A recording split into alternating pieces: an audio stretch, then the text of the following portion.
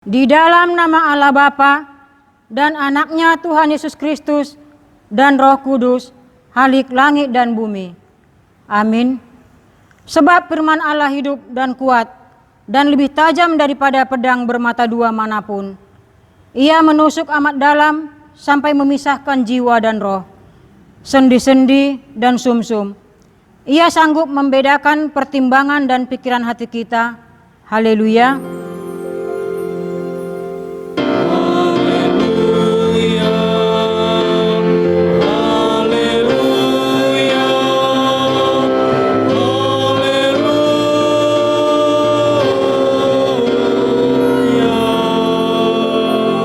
Kita berdoa.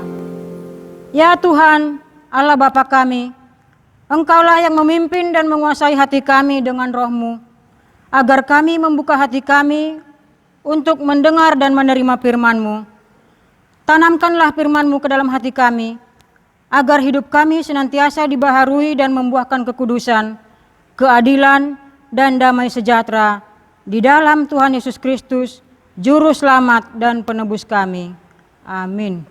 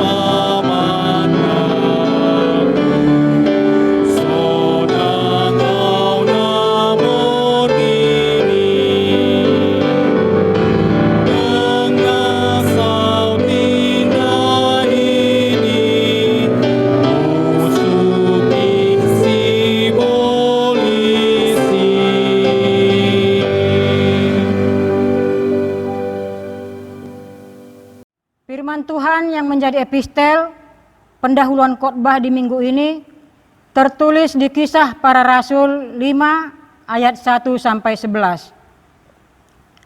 Ada seorang lain yang bernama Ananias. Ia beserta istrinya Sapira menjual sebidang tanah. Dengan setahu istrinya, ia menahan sebagian dari hasil penjualan itu dan sebagian lain dibawa dan diletakkannya di depan kaki rasul-rasul. Tetapi Petrus berkata, "Ananias, mengapa hatimu dikuasai iblis, sehingga engkau mendustai Roh Kudus dan menahan sebagian dari hasil penjualan tanah itu? Selama tanah itu tidak dijual, bukankah itu tetap kepunyaanmu? Dan setelah dijual, bukankah hasilnya itu tetap dalam kuasamu? Mengapa engkau merencanakan perbuatan itu dalam hatimu? Engkau bukan mendustai manusia, tetapi mendustai Allah." Ketika mendengar perkataan itu, rebahlah Ananias dan putuslah nyawanya. Maka sangatlah ketakutan semua orang yang mendengar hal itu. Lalu datanglah beberapa orang muda. Mereka mengafani mayat itu, mengusungnya keluar dan pergi menguburnya. Kira-kira 3 jam kemudian, masuklah istri Ananias, tetapi ia tidak tahu apa yang telah terjadi. Kata Petrus kepadanya, "Katakanlah kepadaku, dengan harga sekiankah tanah itu kamu jual?" Jawab perempuan itu, "Betul, sekian." Kata Petrus, "Mengapa kamu berdua bersepakat untuk mencobai Roh Tuhan? Lihatlah, orang-orang yang baru mengubur suamimu berdiri di depan pintu, dan mereka akan mengusung engkau juga keluar." Lalu rebahlah perempuan itu seketika itu juga di depan kaki Petrus dan putuslah nyawanya. Ketika orang-orang muda itu masuk, mereka mendapati dia sudah mati. Lalu mereka mengusungnya keluar dan menguburnya di samping suaminya. Maka sangat ketakutanlah seluruh jemaat dan semua orang yang mendengar hal itu. Demikianlah firman Tuhan. Yang berbahagia ialah mereka yang mendengarkan firman Tuhan serta memeliharanya. Amin.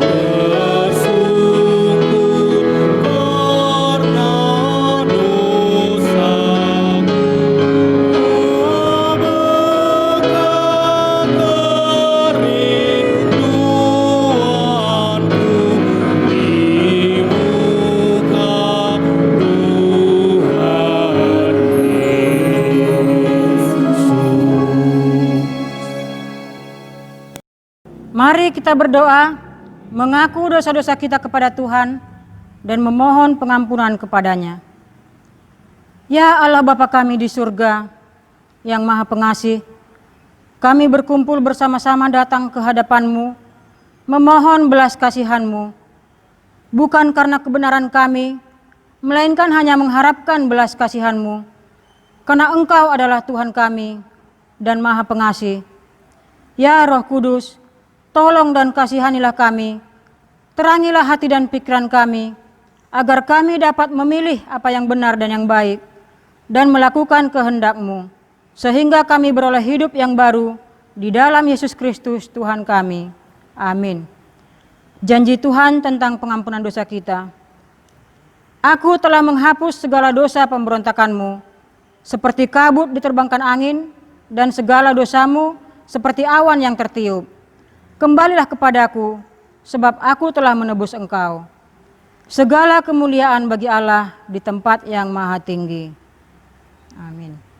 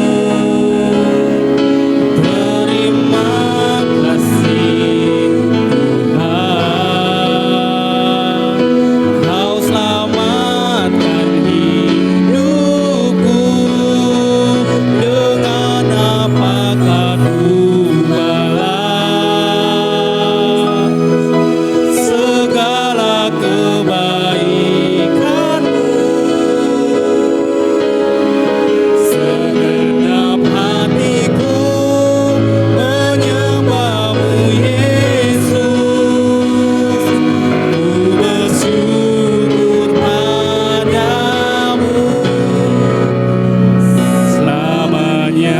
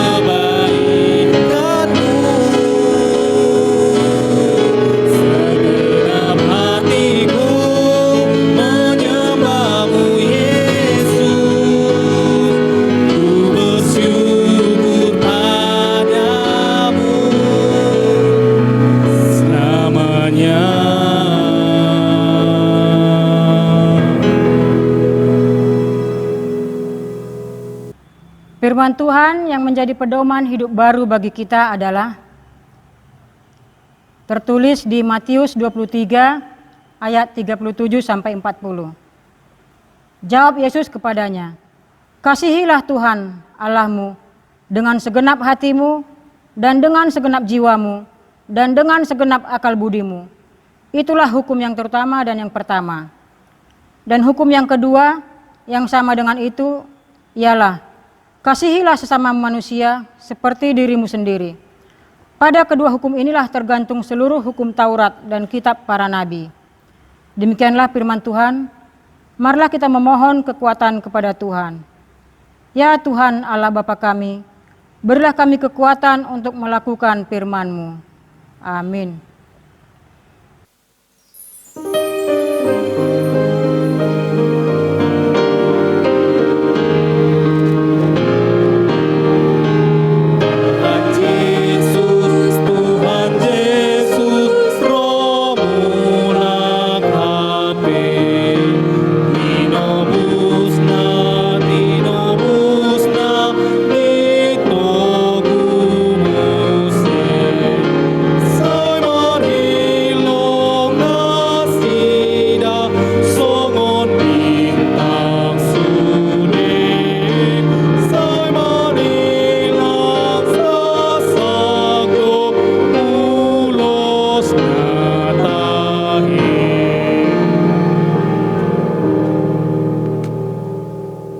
Marilah kita bersaksi mengikrarkan pengakuan iman kita bersama jemaat pada segala abad di seluruh dunia. Aku percaya kepada Allah Bapa yang Maha Kuasa, Halik langit dan bumi. Aku percaya kepada Yesus Kristus, Anaknya yang tunggal, Tuhan kita, yang dikandung daripada Roh Kudus, lahir dari anak darah Maria, yang menderita di bawah pemerintahan Pontius Pilatus, disalibkan, mati dan dikuburkan, turun ke dalam kerajaan maut. Pada hari yang ketiga, bangkit pula dari antara orang mati, naik ke sorga, duduk di sebelah kanan Allah, Bapa yang Maha Kuasa, dan akan datang dari sana untuk menghakimi orang yang hidup dan yang mati. Aku percaya kepada Roh Kudus, gereja yang kudus dan am, persekutuan orang kudus, pengampunan dosa, kebangkitan daging, dan hidup yang kekal. Amin.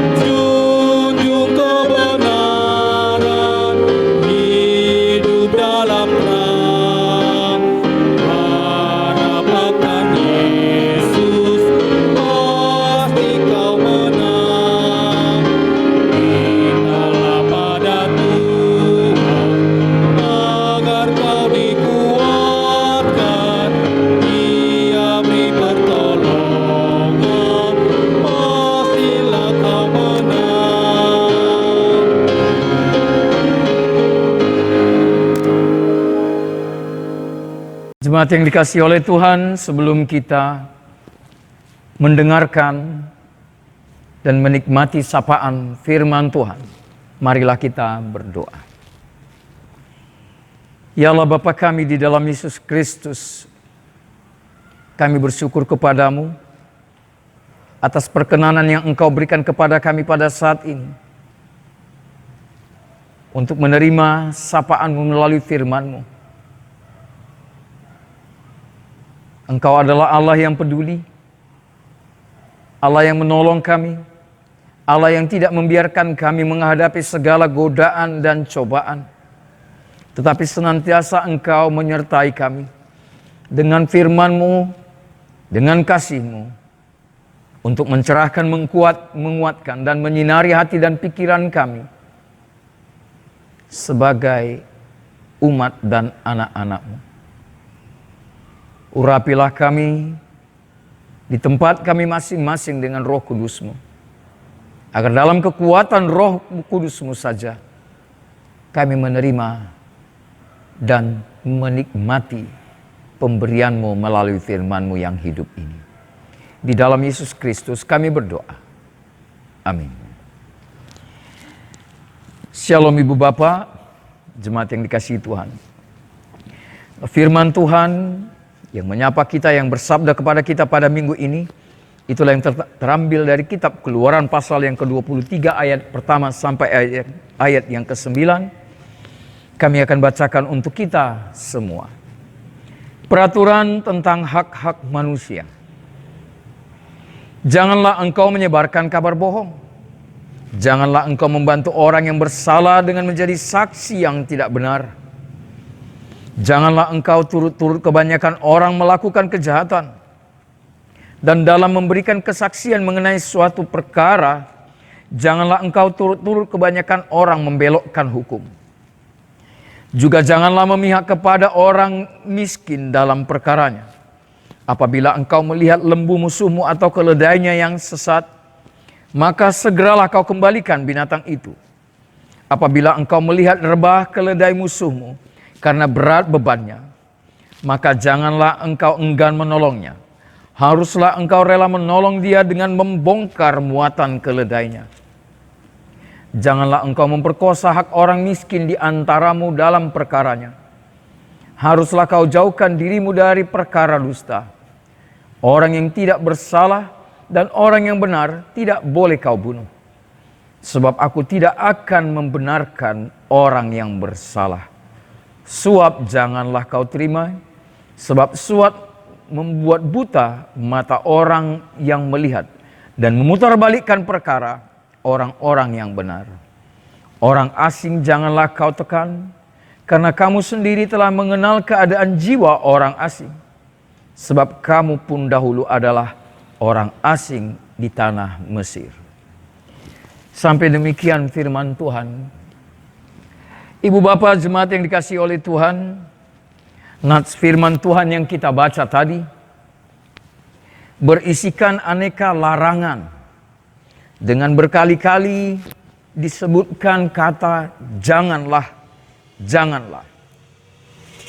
Nah, di era demokrasi dan virtual saat ini, orang paling tidak suka jika diatur, jika dilarang. Tetapi justru hendaknya diundang dan terbuka kepada berbagai kompetisi.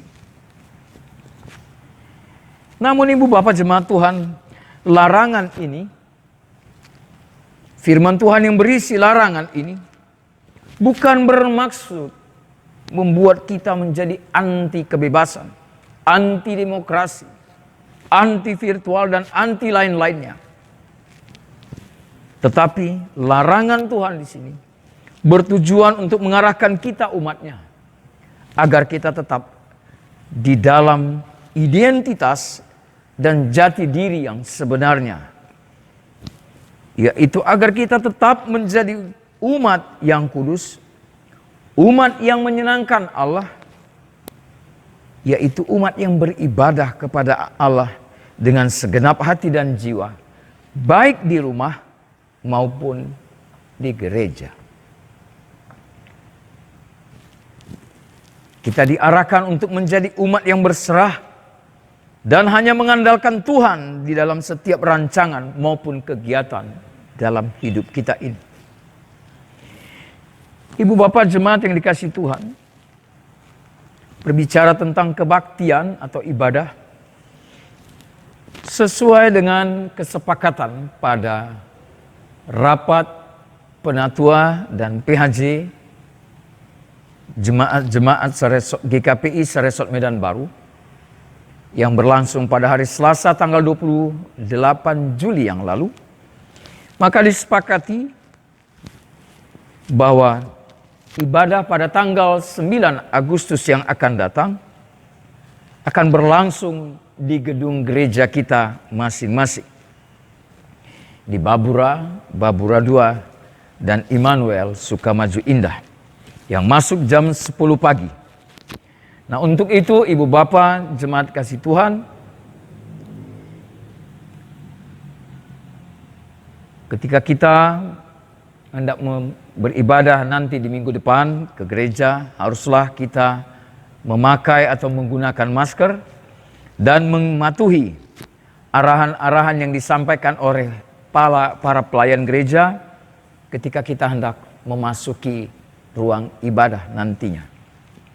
Nah, tentang hal ini selanjutnya boleh dibaca dan dilihat di warta jemaat kita.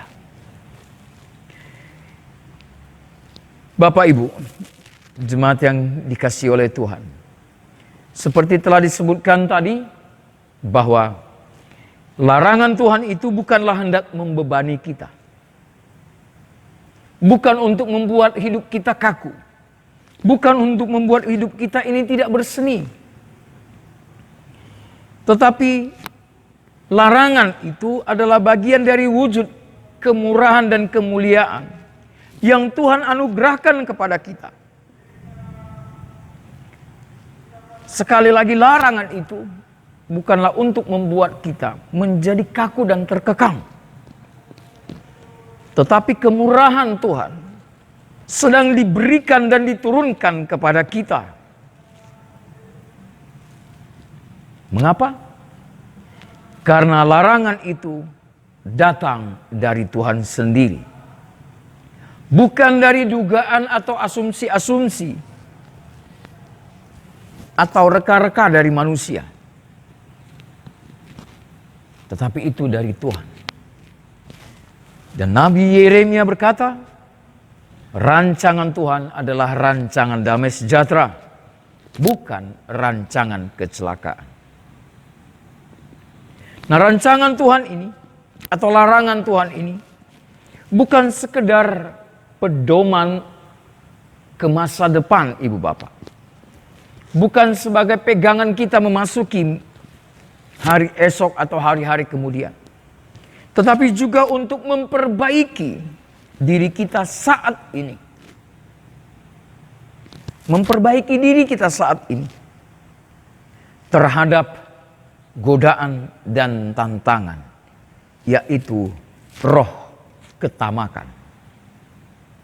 Roh ketamakan yang tidak akan pernah puas dan tidak akan pernah cukup, yang selalu meraung-raung hendak melahap siapa saja yang hendak menjadi korbannya.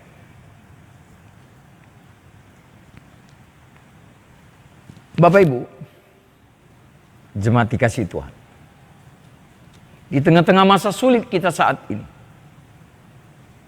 andaikan datang malaikat Tuhan ke hadapan Anda, ke hadapan kita masing-masing, dan menampakkan diri dan berkata kepada kita, apakah yang engkau kehendaki untuk diperbuat Tuhan kepadamu? Sekali lagi, apakah yang engkau kehendaki untuk diperbuat Tuhan kepadamu? Maka apakah jawabmu? Apakah yang engkau minta? Permintaan apa yang kita sampaikan?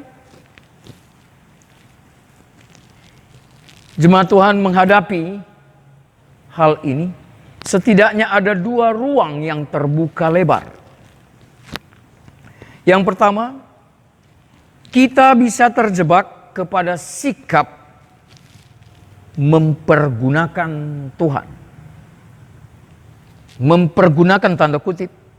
Kita bisa terjebak kepada sikap yang mempergunakan Tuhan sebagai pihak yang berfungsi untuk memenuhi kebutuhan dan keinginan kita. Mempergunakan Tuhan. Sebab yang utama adalah ini dan itu. Yang utama adalah apa yang bisa, pemberian Tuhan itu yang utama. Entah itu makanan, entah itu kesehatan, entah itu pekerjaan, dan lain sebagainya. Ini adalah wujud dan tanda dari ketamakan.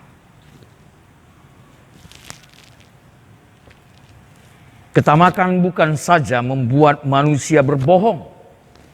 Ketamakan bukan saja membuat manusia mampu melakukan kejahatan, memberikan kesaksian palsu, menindas orang lemah. Bukan saja membuat orang tidak mau menolong orang lain. Sebagaimana hal-hal yang dilarang oleh firman Tuhan ini. Tetapi roh ketamakan itu dapat menurunkan, mendegradasikan derajat Tuhan di hadapannya. Ia menganggap dan memperlakukan Tuhan itu sebagai orang yang memenuhi keinginan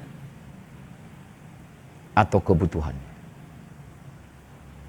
Inilah jikalau kita menjawab keterbukaan malaikat itu dari motivasi atau dorongan ketamakan. Tetapi hal yang kedua, Ibu Bapak, jika ruang itu kita isi dengan permintaan. Kiranya Tuhan bersedia agar aku bersama dengan Dia. Kiranya Tuhan bersedia agar aku bersama dengan Dia. Maka inilah identitas yang sebenarnya, yaitu berserah kepada Tuhan. Inilah identitas kita yang sebenarnya, Ibu Bapak. Orang yang menahan diri dan yang tidak membiarkan dirinya dikuasai oleh roh ketamakan. Jika kita menyerahkan diri kepada Tuhan, jika kita menyerahkan diri untuk bersama-sama dengan Tuhan, maka Tuhan pun sesuai dengan firman-Nya akan melakukan identitasnya. Maka Tuhan pun akan melakukan apa yang seharusnya Ia perbuat. Sebagaimana yang Ia firmankan. Carilah dahulu kerajaan Allah dan kebenarannya. Maka semuanya akan ditambahkan kepadamu. Ibu Bapak, jikalau pada nats yang kita baca tadi, yang berisikan larangan-larangan, itu hendak menyatakan kepada kita, janganlah kita hidup dalam ketamakan. Jangan kita hidup dalam keserakahan. Jangan kita hidup dalam keirian. Janganlah kita hidup dikuasai oleh keinginan-keinginan selain daripada keinginan berserah kepada Tuhan dan menahan diri untuk tetap setia, untuk tetap menjadi umat Allah, untuk tetap dalam identitasnya sebagai umat Tuhan. Di Nissan atau batu Nissan Joseph Brotherton, seorang miliarder Amerika, tertulis sebuah kalimat. A man riches consists not in the amount of his wealth, but in the fewness of his wants. Kalau terjemahan bebasnya kira-kira seperti ini, Ibu Bapak.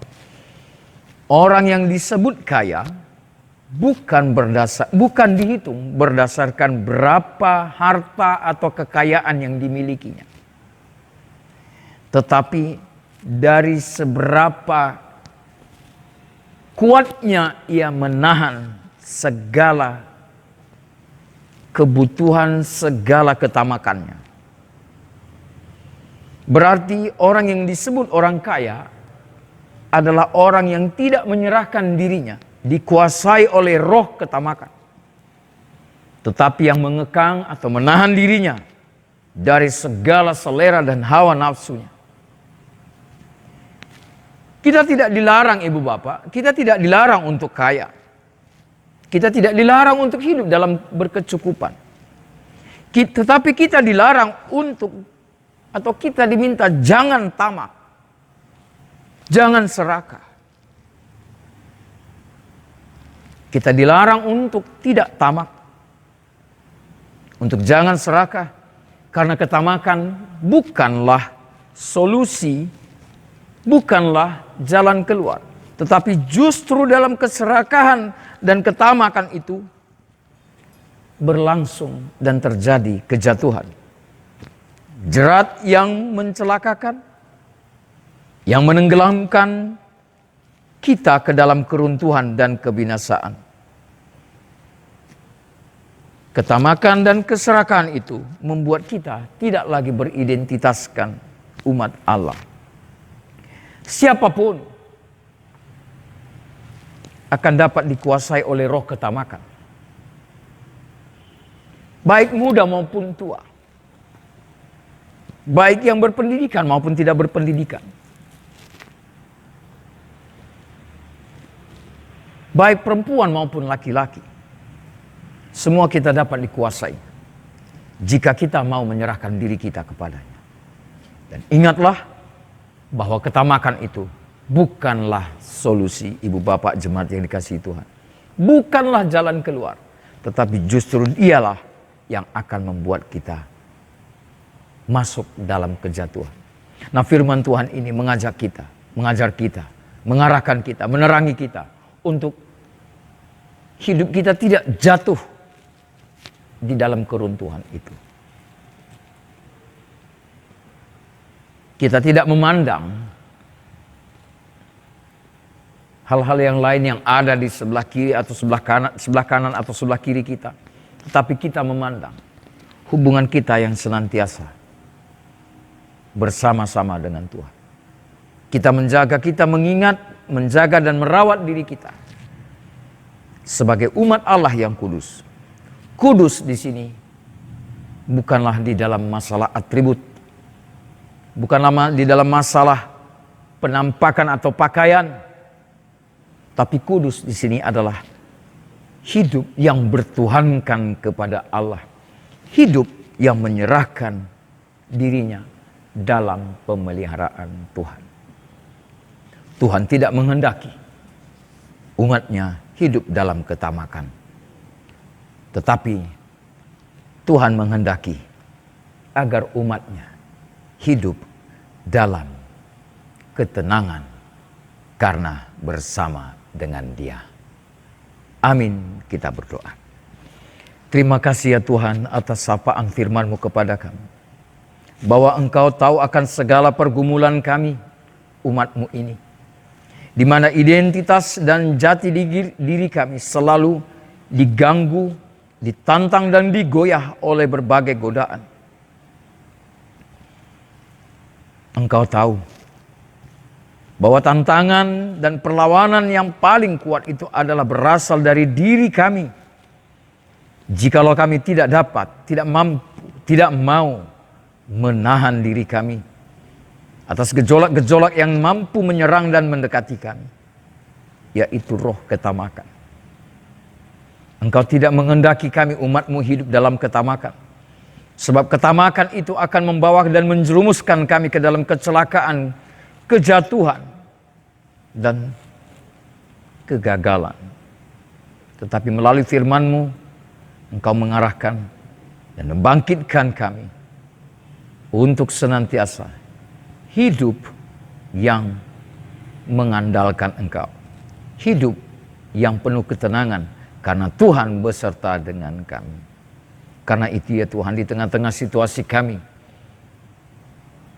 di tengah-tengah pergumulan yang kami hadapi, baik secara pribadi-pribadi maupun dalam kebersamaan di tengah-tengah keluarga bangsa ini, bahkan seluruh kami umat manusia yang di muka bumi ini, yang mengalami masa sulit, kesukaran dan kekhawatiran. Ya Tuhan, kasihanilah kami. Janganlah biarkan roh lain yang menguasai kami. Tetapi bukalah dan anugerahkanlah setiap kami untuk hidup dalam roh-Mu, untuk hidup dalam ketenangan, untuk hidup dalam mengandalkan Engkau saja. Engkau adalah Allah yang setia, Allah yang maha kuasa, Allah yang berada di tengah-tengah kehidupan kami di muka bumi ini. Kasihanilah kami Tuhan, dan biarlah firman-Mu menguasai kami di setiap rancangan dan di setiap kegiatan kehidup kami. Hanya untuk kemuliaan nama-Mu, di dalam Yesus Kristus firman yang hidup. Amin.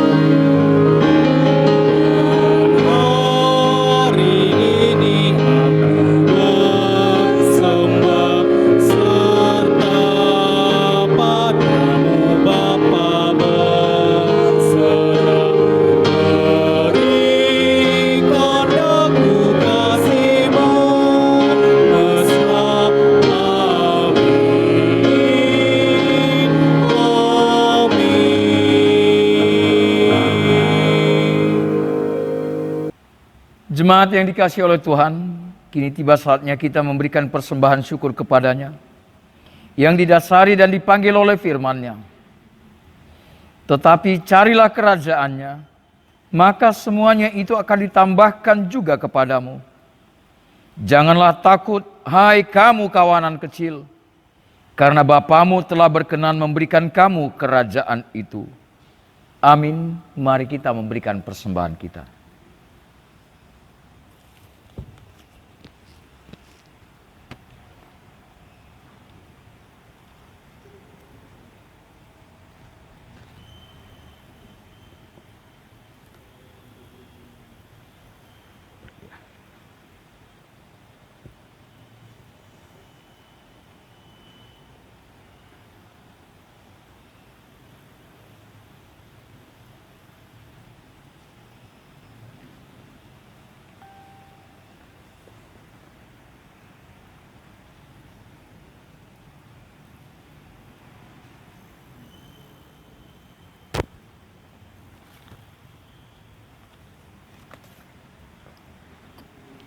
Marilah kita dalam kerendahan menyerahkan persembahan kita yang tidak seberapa ini kepada Allah yang Maha Kuasa. Kita berdoa. Ya Allah Bapa kami yang di sorga, kami mengaku dengan setulus hati bahwa Engkaulah sumber segala berkat dan karunia di dalam hidup kami. Di sini kami memberikan persembahan syukur kami kepadamu. Terimalah persembahan syukur kami umat-Mu ini, dan berkatilah untuk menjadi alat kesaksian, persekutuan dan pelayanan bagi kemuliaan nama-Mu di jemaat-Mu ini. Jadikanlah hidup kami menjadi persembahan yang berkenan kepadamu, dan pakailah hidup kami untuk turut menghadirkan tanda-tanda kerajaan-Mu di seluruh dunia ini, dengan kasih, keadilan, damai sejahtera, dan sukacita. Bukalah hati kami oleh Roh Kudus-Mu, agar kami senantiasa mengucap syukur kepadamu, di dalam nama Yesus Kristus Tuhan kami. Amin. Betapa hatiku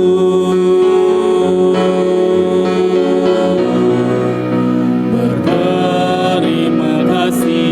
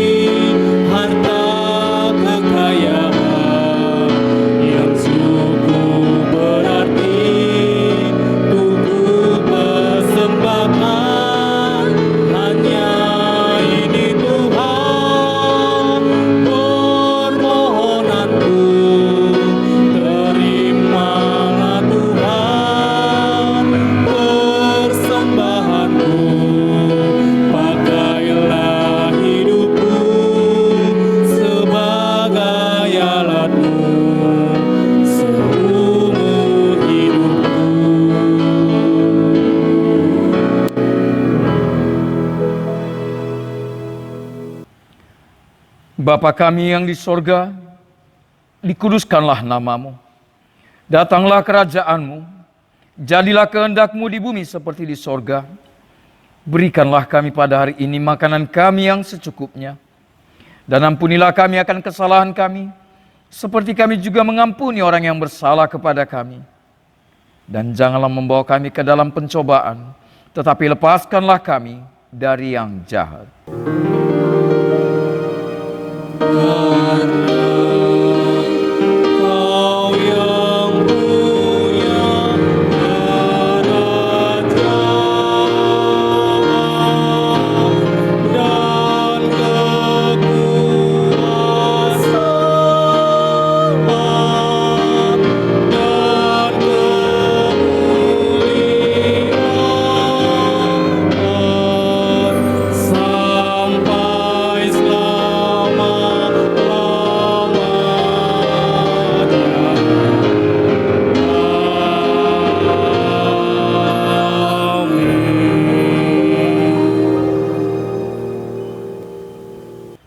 Jemaat Tuhan, tetaplah dan senantiasalah menyerahkan dirimu kepada Tuhan.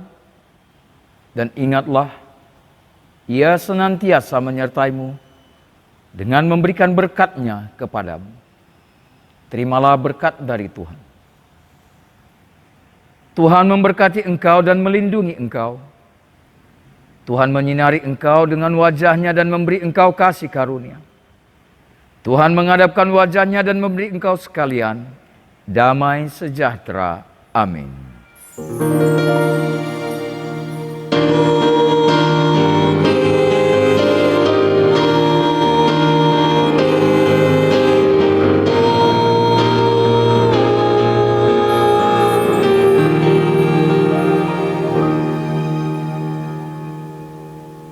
Shalom, selamat hari Minggu bagi kita semua. Salam sehat.